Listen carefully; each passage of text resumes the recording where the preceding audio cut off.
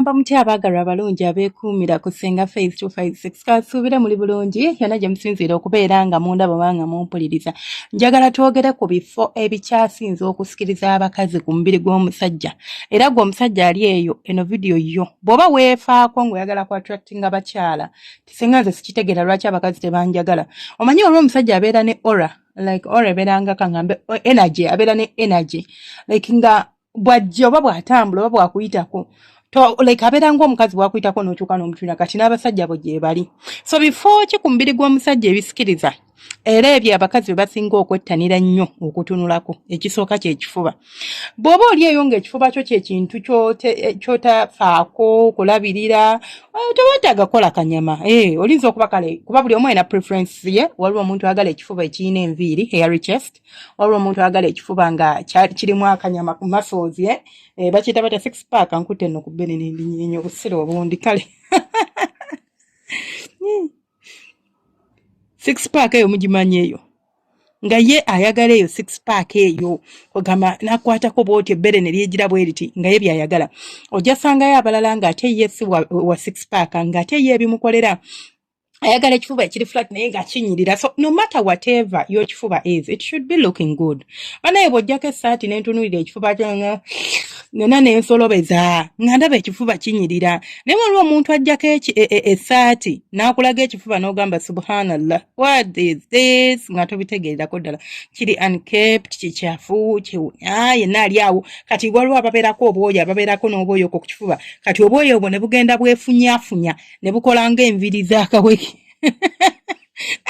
Ekifuba mwani mukirabyeko bwe kityo. Kwaganga tekinyuma kutunuulira. So work out guys. Toyota genda mu gym kukajjuza. Naye beera n'ekifuba ekiri healthy. Kibikula nange kinyumira okutunulako. Namba 2 amaaso. We love your eyes. I also love eyes.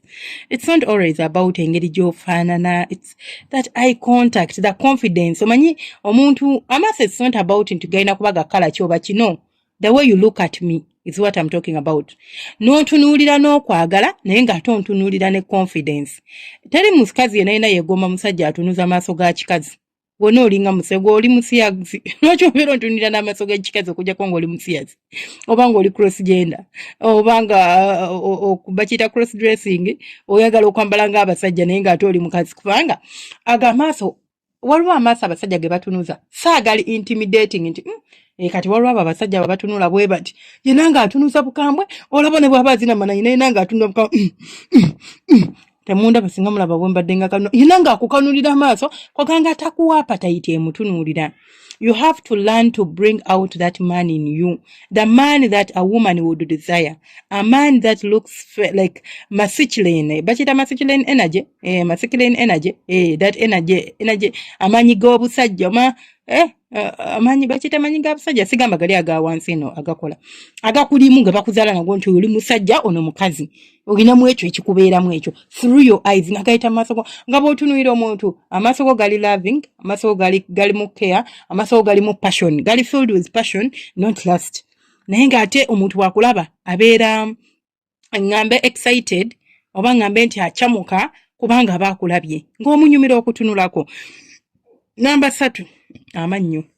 Kasimayiraako banaye abasajja ate kati muli bulala mulinga bana abawala boba abazungu temusenya newo musenya amannyo gasigala ga brown. Nali ku nnyonyi nga ngenda eyo maani nali nakengenda okukola nali sigenda kukola nga sigenda kukola like work but I was going to do something there and I was going there for days.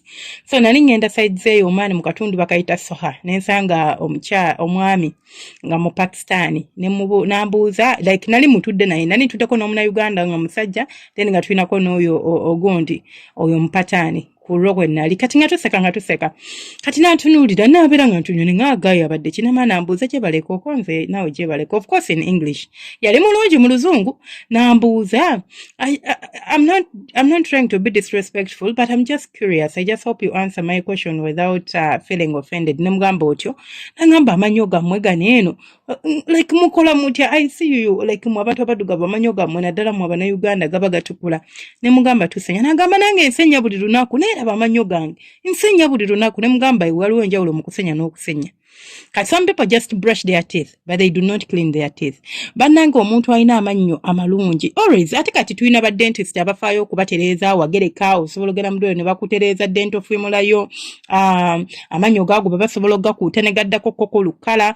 Bannange omuwa ekisimayiro ng'obadde onyirira kisimayiro ne kidda appetite n'agamba subhanallah. Ono gwe ngenda okuba kiisi. Tegugwa. Smile yonna nefiiraawo. Just ramia kiss, ramia manyogo. So your smile says a lot. The way you smile. You don't have to be always gloomy. Ate no n'okusirika ennyo muna ekiwunyisa akamwa. Buli ssaawa yita ku muntu omusmiling de hi. Hi. Najega n'okusmilinga. Whatever. Some smiling, we love that smile. Omukazi okimanyi nti asobola okuyima ng'omusmiling de busmilingis. Yeah. Waliwo ebifo, in fact kangambe nti ebifo ku mubiri gw'omusajja abakazi batunulako ne bayima. Kuliko ekifuba, kuliko amaaso, kuliko gundi smile, amannyo, n'omusmiling n'akuba akafaananyi nga muli mbuliri. Gw'omanyi oli oziniddwako omusajja ng'akuzina naye nga yina smilinga, ng'omulaba yina ayagala by'akola. Naye omuntu akuzina yenna face eri gulume yenna kati enviiri mwefeeko abasajja temutera kufa ku face zammwe enviiri you don't shave nosanga omusajja ekirevu nga kyonna kyefunyiza oba si kyo nga talinaako kale kino ekirevu kino ekinene naye omanyi buno obulevu buno eno nandiyogedde naye kambaleke balinza okunvuba kale ate nga nange eddiini gye nvaamu y'emu eyo naye balina obulevu obunyiiza Munafa yosaka balina obulavu obunyiiza naye kambaleke bajja kuyomba kambaleke mubategedde abo abantu balina obulevu obwo banayina omutwe n'ogaa kiki kino obuviri nga buli kuli bulinga kaweke bwe buti banange okubeera nga ogwa mu ddiini oba okubeera nga ova mu ddiini bwe tekitegeeza nti olina kubeera na bulevu nga bonna buli kuli bwe buti kale busanirira ebyo gw'okimanyi nti n'ekirevu bakisanirira. People groom their beards. Never take amoneka oil n'anyiganyiga n'amassaging n'akola bwati n'amala n'asanirira. Ndi kwabona face yange no nesene tujebira bedde. N'amala n'asanirira bulungi nnyo. You know? So groom yourself. Bero omusajja nga nawe wewe tunya mudabirwamu ekifaananyi kyolaba kikunyumira. Naye gwe ddala ddyo okusinkana munno obuviiri bwonna bukulinga akaweke bukweranze ku mutwe ekirevu kyonna kiri unkept. Wamera ekirevu kati ebibiri biri eno ekirevu kiri uneven. Ngogenda musaluni kisala oba kya 15 oba kya 10 nyasimanyi sisala birevu but I think si kya bei nnyo.